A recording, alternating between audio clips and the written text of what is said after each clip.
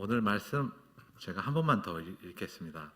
마가복음 9장 41절 42절 말씀이죠. 누구든지 너희가 그리스도에게 속한 자라여 물 한 그릇이라도 주면 내가 진실로 너희에게 이르노니 그가 결코 상을 잃지 않으리라.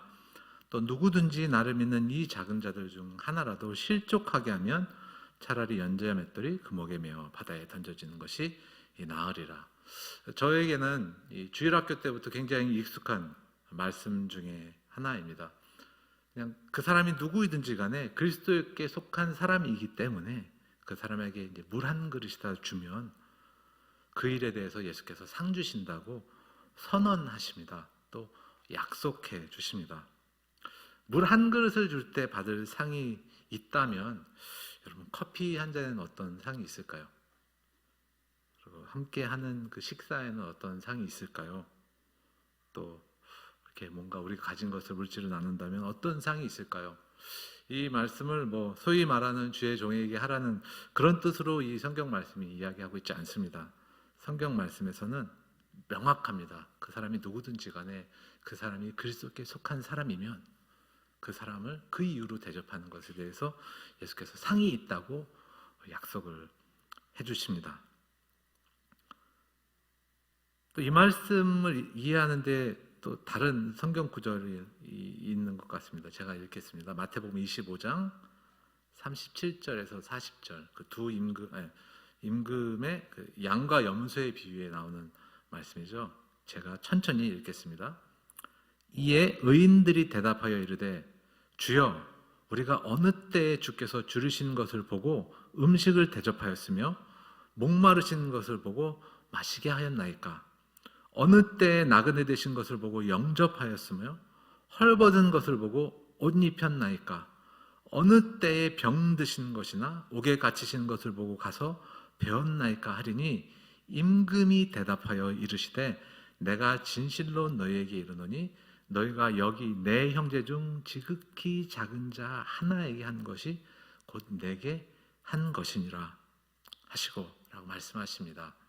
여기도 또 작은 자, 여기서는 또 지극히 작은 자, 내 형제, 그리스도께 속한 내 형제 중 지극히 작은 자 하나에게 한 그것에 대해서 말씀하시죠. 여기는 굶주린 자에 대한 이야기가 나옵니다. 목마른 자에 대한 이야기가 나옵니다. 지금 요즘에 적어도 제가 뵐 때는 창조교에서 굶주리고 목마른 분들은 없으시지 않을까. 한국은 물을 일단 굉장히 넉넉한 나라이기 때문에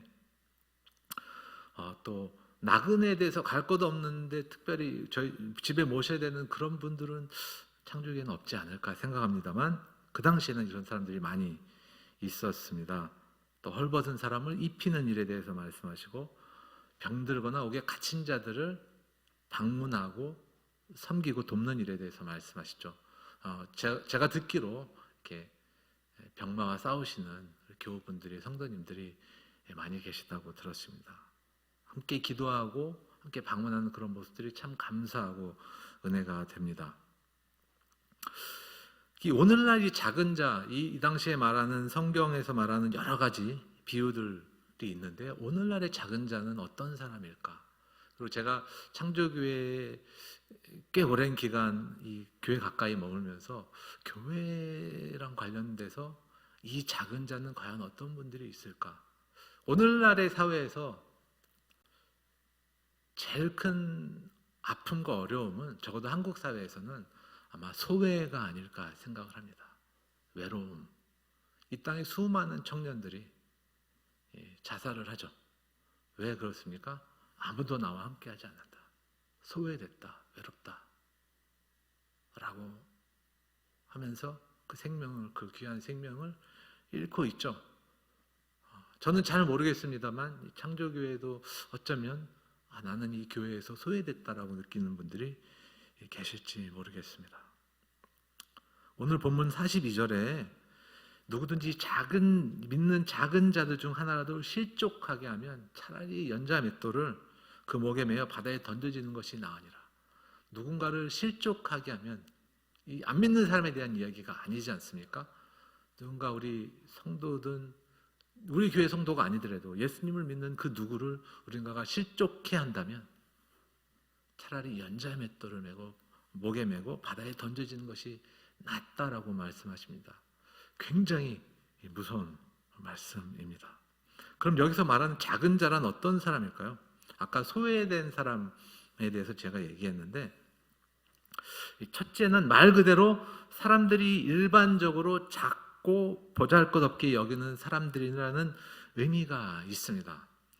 한국 사회에서 제가 이제 외국에서 한국에 대한 기사거리나 이야기들을 많이 들을 때마다 갑질이라는 단어를 아주 심심치 않게 듣습니다. 특히 60대, 70대에 아파트 경비원 하시는 분들이 더 젊은 사람들이 욕하고 무시하고 갑질하고 함부로 대하는 것 때문에 귀한 생명을 잃는 일도 저희가 모두가 뉴스에서 익히 접하는 바라고 생각합니다. 그 사람이 하찮은 일을 한다고 생각해서 나는 그 사람보다 더 괜찮은 사람이니까 하찮은 사람에게 함부로 대하는 일이 있습니다. 아프지만 그런 일들이 일어나고 있죠. 외모 때문일 수도 있고요. 그 사람이 입고 있는 유니폼, 제복 또는 옷차림 때문일 수도 있을 것입니다. 어떤 경우에는 그 학력 때문에 그럴 수도 있고, 그 사람이 어느 정도 뭐 대학을 나왔느냐 안 나왔느냐 뭐 그런 것 때문에도 있더라고요. 선교사들 사이에서는 이 사람이 어느 신학대학원을 졸업했느냐, 얼마만큼 공부했느냐에 따라서 그 선교사들의 뭔가 이렇게 계급 아닌 뭔가가, 모든 교단 선교사들이 다 모여 있으니까요. 그리고 이 사람이 목사냐 아니냐, 선교사 내 목사냐 아니냐에 따라서 그룹 지어지는, 그래서 어떤 사람들은 어떤 다른 사람들에 대해서 우월감을 갖는 그런 부끄러운 모습들이 선교사들 가운데도 있습니다. 또 어떤 경우에는 말투 때문에,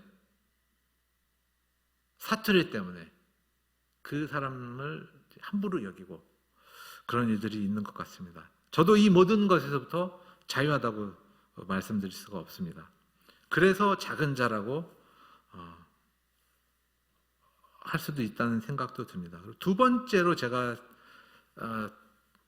주목하고 보고 싶은 작은 자들이라는 의미는 오늘 본문 12장의 38절과 39절에 등장합니다. 제가 읽겠습니다. 9장 38절 39절에 보면, 요한이 예수께 여짜오되 선생님, 우리를 따르지 않는 어떤 자가 주의 이름으로 귀신을 내쫓는 것을 우리가 보고 우리를 따르지 아니함으로 금하였나이다. 예수께서 이르시되 금하지 말라. 내 이름을 의탁하여 능한 일을 행하고 즉시로 나를 비방할 자가 없느니라 라고 이야기합니다. 이 말씀 다음에 오늘 제가 읽은 본문 말씀이 이어집니다. 여기서 요한이 예수님께 와서 보고를 합니다. 자기들이 어떤 일을 했는지, 어떤 사람을 만났는데 주의 이름으로, 근데 원어적 표현으로 보면 주의 이름을 사용하여, 예수라는 이름을 이용해서 귀신을 내어쫓는다. 사실 귀신이란 말 자체는 성경적인 말이 아니죠. 악한 영을 내어쫓는 일을 하는 사람을 보았습니다. 그래서 그 사람이 우리를 따르지 않기 때문에 우리가 못하게 했습니다 라고 예수님께 보고하고 있습니다. 근데 예수님께서 뭐라고 말씀하시냐면, 내 이름을 의탁하여 능한 일을 행하고 라고 말씀하세요. 제자들은, 요한은 이 사람이 예수님의 이름을 이용해서 악한 영을 내쫓는다고 얘기했는데, 예수님께서는 이 사람이 내 이름을 의탁하여, 내 이름을 의지하여, 그러니까 이 사람이 단순히 예수님의 이름을 이용해 먹는 게 아니라 예수님의 이름을 전적으로 신뢰하고 의지하고 의탁하고 있다고 예수님께서 선을 딱 잘라서 말씀하시죠. 이 사람이 누구인지 주석을 찾아봐도 잘 모르겠어요. 이렇게 제가 찾아본 바에서는 그런 사람이 누구였고 역사적으로 어떤 사람들이었는지 나오지 않습니다만, 제자들을 따르지 않는 다른 무리 중에 적어도 예수님의 표현을 볼 때 예수님을 믿고 예수님을 의탁하고, 그냥 예수님을 믿고 의탁할 뿐만 아니라 그 예수님을 의탁함으로 악한 영을 내어쫓는 그런 귀한 사역을 하는, 하나님께서 귀하게 쓰시는 사람이 있었던 것 같습니다. 근데 요한은 당당하게 우리를 따르지 않기 때문에 우리가 못하게 했습니다 라고 얘기하는데, 예수님께서 그렇게 하면 안 된다라고 하시는 거예요. 우리가 아닌 사람들, 배타적으로 여기고 못하게 하고 있는 것에 대해서 예수님께서 그렇게 하면 안 된다라고 말씀하시고, 이어지는 말씀에 작은 자라고 말씀하세요. 이 작은 자는 주석을 제가 찾아보니까 예수의 이름을 의탁하여 악한 영을 내어 쫓는 제자들의 표현에 의하면, 예수님의 이름을 이용해서 악한 영을 내쫓는 제자들의 입장에서는 이상하고 별로 마음에 안 들지 않는 그 사람을 예수님께서 구체적으로 말씀하시는 거라고 합니다. 우리냐 아니냐, 우리 무리에 함께 있냐 아니냐에 따라서 우리가 이렇게 선을 긋고 하는 것 같습니다. 네, 불행히도 슬프게도 제자들이, 이건 요한이 말했지만 요한만 그렇게 한 것이 아니라 제자들을 대표해서 요한이 예수님께 말하고 있는 거거든요.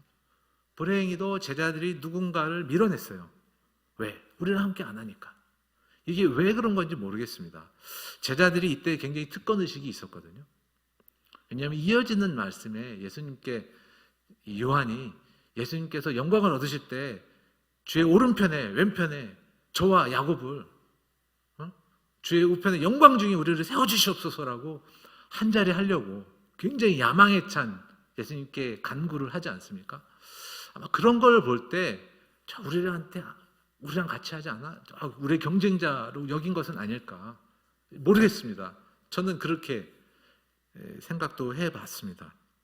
근데 분명한 것은 예수님께서는 이 사람은 예수의 이름을 의탁해서 했다고 표현하신다는 것입니다.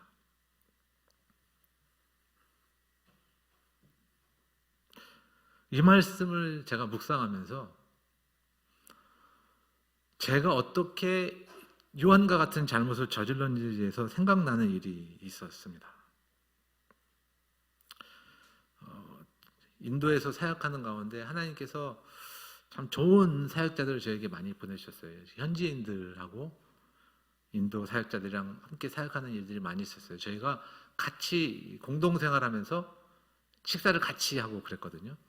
제가 이제 특별히 그때 기억나는, 하나님 생각나게 해주신 사람이 빼마 도르지라는 친구예요. 지금 아마 나이가 한 40쯤 됐을 겁니다.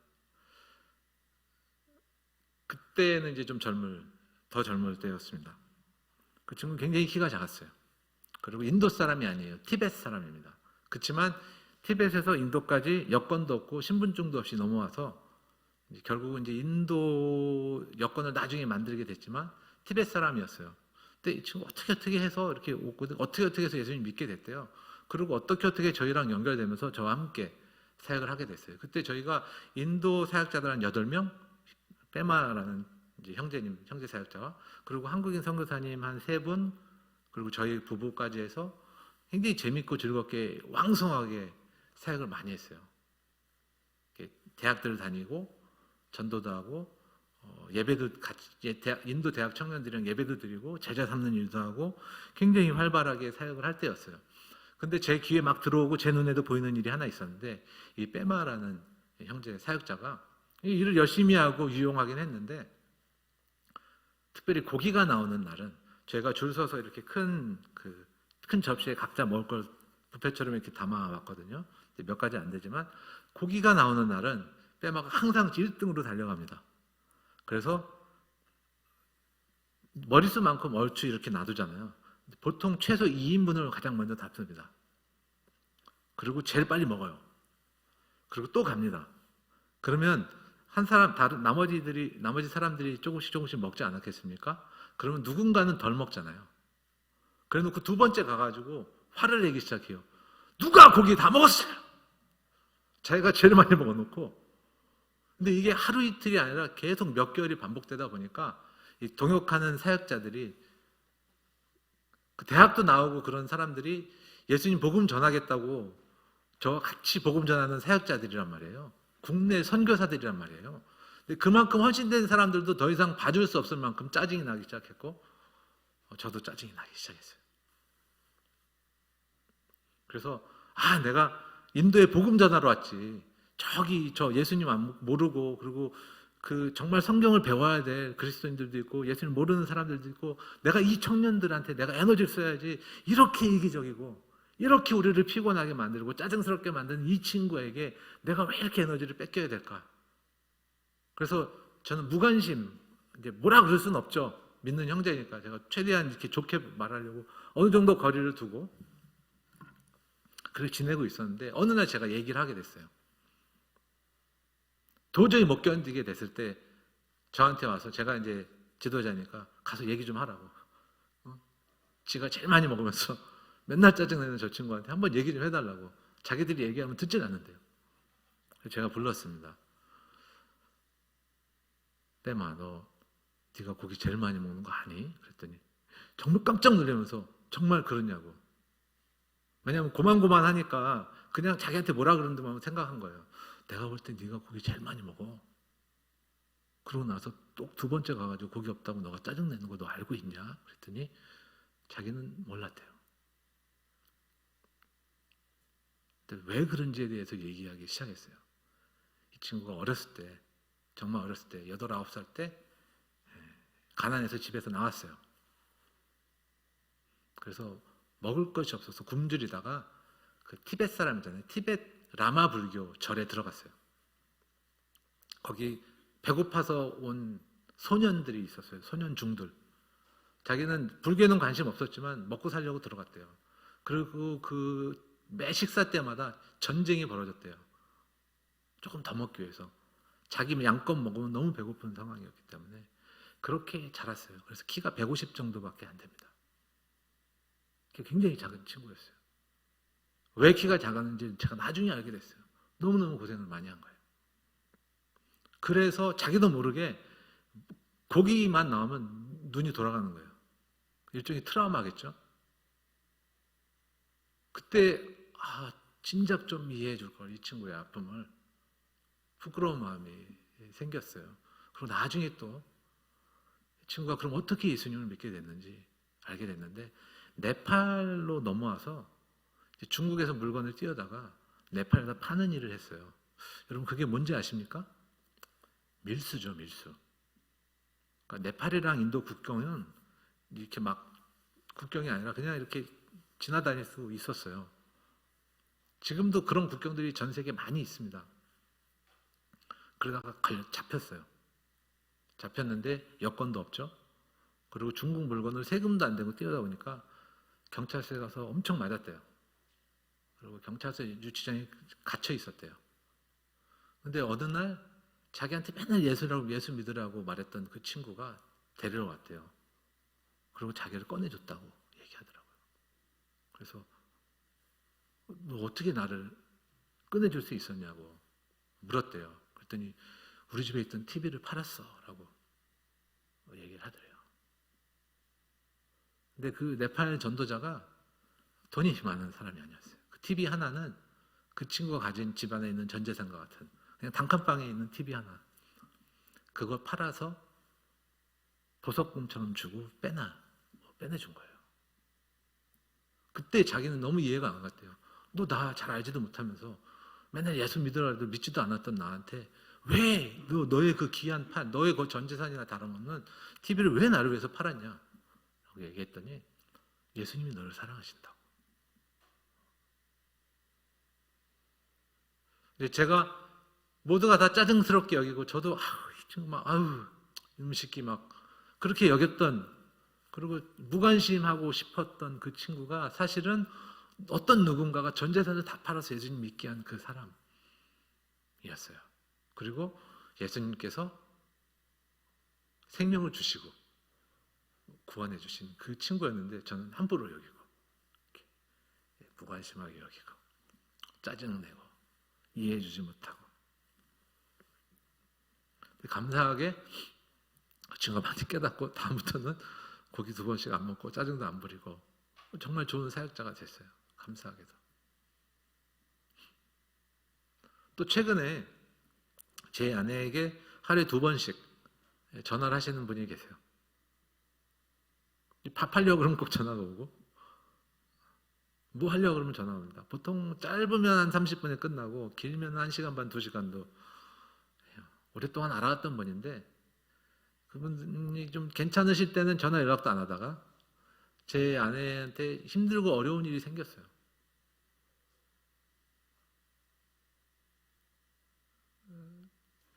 소위 말하는 넋두리하러 전화하는 거예요. 계속. 처음에 제가 짜증났어요. 근데 이제 이 말씀을 묵상할 때 제 아내에게 전화 거는 그분이 떠올랐습니다. 네가 선교사라고 네가 해야 될 일, 네 아내가 이것도 해야 되고 소위 말하는 사역이라는 거 해야 되기 때문에 이 사람 밀어내는 게 그게 옳으냐라고 주님이 제 마음을 책망하셨습니다. 제가 아우 너무 귀찮게 하네 우리 집사람을 여겼는데 아니구나 이게 하나님께서 아내에게 주신 귀한 사역이구나. 근데 되게 힘들어요. 근데 계속 들어주고 그랬구나 얼마나 힘들겠어요. 경제적으로 힘들고 사회적으로 힘들고 정서적으로 힘들고 그 넋두리를 다 받아줘야 되는 거예요. 하나님께서 우리가 하는 선교보다 그분의 전화를 받아주는 게 귀한 선교라고 하나님 말씀하세요. 또 제 주변에는 세상의 기준으로 볼 때 선교사로서 실패한 분들이 좀 계세요. 하다가 그만두고 한국에 돌아와 계세요. 근데 그런 분들 중에 이 한국은 경력 단절하면 새로운 일자리 얻기가 쉽지 않지 않습니까? 선교사로서 뭐 20대, 30대 때 나갔다가 40대, 50대에 들어오면 할 수 있는 일이 별로 없어요. 한국이라는 사회에 대해서는 무지하고 그런 분들이 경제적으로 또는 사회적으로 쉽지 않은 삶을 사세요. 그리고 파송해줬던 교회랑 민망해서 교회에 나가지도 못하세요. 외롭게 지내시는 분들이 계세요. 그런 분들하고 연결이 됐는데 제가 어느 날 짜증이 나는 거예요. 저도 넋두리 듣는 게 만나서 그리고 제가 계속 밥값을 내고 커피를 내는 거에 대해서 별로 고마워하지도 않고 되게 뻔뻔한 모습을 볼 때 솔직하게 말씀드려요. 제 마음에서 일어나는 일이에요. 나는 이런 사역도 해야 되고 이런 선교사 줌으로 이런 모임도 해야 되고 이것도 해야 되고 내가 선교사로서 사역이라는 것에서 그분들을 만나는 게 전혀 카운트가 되지 않잖아요. 그 제가 뭐 선교 보고할 수 있어요? 선교사로서? 근데 하나님께서 제 마음을 또 책망하시는 거예요. 너 이 작은 자를 돌아보지 않을 거냐라고 말씀하시는 거예요.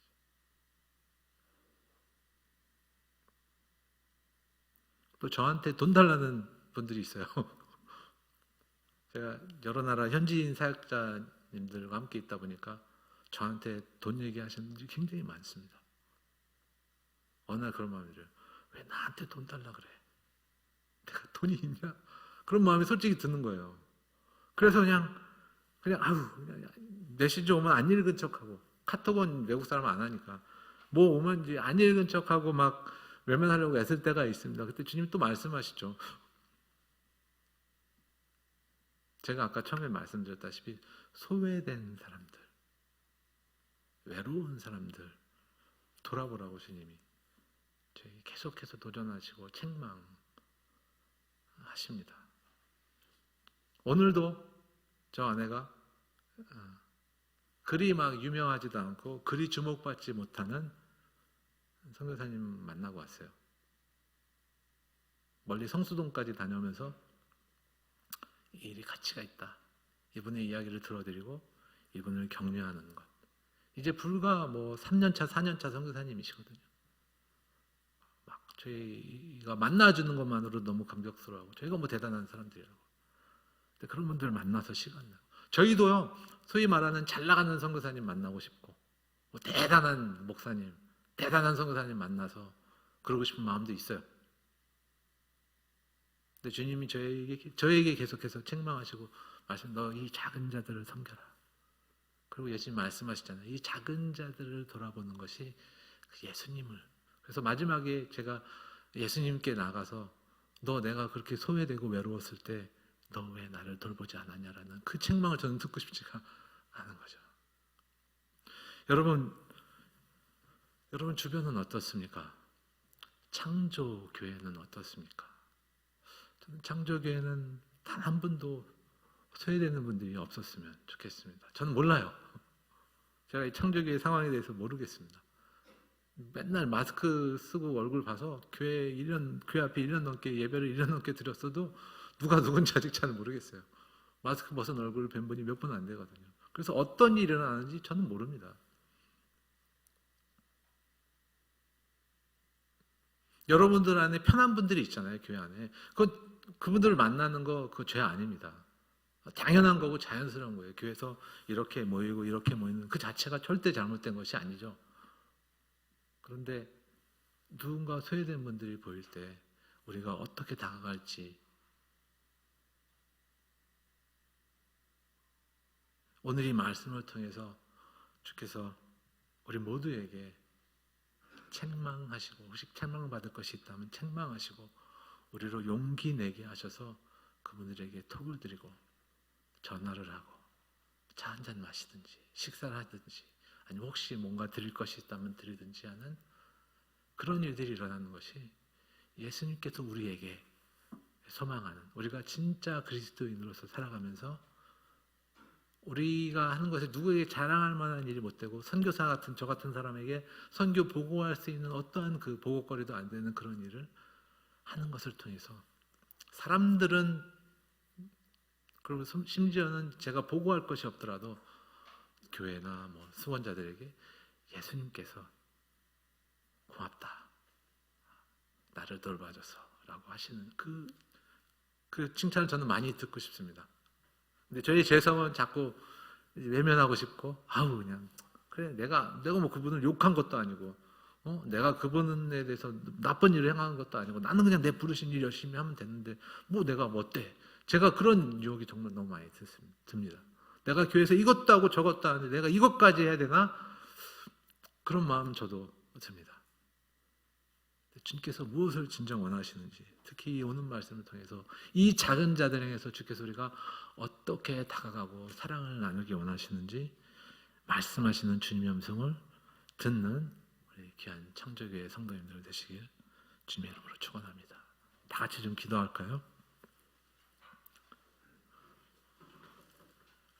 혹시 여러분들 생각나는 분의 얼굴이나 이름이 있습니까? 혹시 여러분 안에 무관심으로 대한 일에 대해서 여러분 마음에 찔림이 있으시진 않으십니까? 그리고 이미 그렇게 해오셨기 때문에 또 생각나는 분이시다면 더 열심과 더 사랑으로 섬기고자 하는 그 결단이 있으면 좋겠습니다. 이 말씀 가지고 혹시 생각나는 분의 얼굴이나 이름을 가지고 주님이 작은 자, 결코 작지 않은 이분을 제가 섬기겠습니다, 사랑하겠습니다라는 그 기도를 각자 주님 앞에 드렸으면 좋겠습니다. 하나님 아버지, 우리를 작은 자를 섬기는 자로 부르셔서 감사합니다. 하나님 앞에서 어떤 것도 아버지 하나님 카운트되지 않을 것 같을지라도 주님, 소외된 그분에게 아버지 하나님 따뜻한 관심과 따뜻한 사랑과 따뜻한 교제와 따뜻한 그 무언가가 그리운 그분에게 예수 그리스도의 사랑으로, 혹시 내가 그분을 만나서 많이 에너지를 잃고 힘들다고 할지라도 그분에게 힘껏 다가가서 제 사랑으로 사랑할 하나님을 제 성령께서 허락하여 주셨소서. 주님, 우리 안에 있는 무관심에 대해서 회개합니다. 주님, 제 안에 있는 무관심에 대해서 회개합니다. 더 사랑하기 원합니다. 더 섬기기 원합니다. 우리를 위해서 모든 것을 주신 예수 그리스도의 그 말씀을 따라서 우리도 우리의 것을 나누고 섬기고 아버지 하나님 귀한 것을 내어주는 그런 삶 가운데 우리를 인도드리기 원합니다. 주님, 우리를 사용하여 주셨소서. 그래서 창조기에는 아무도 소외되지 않는 일이 있기를 소망합니다.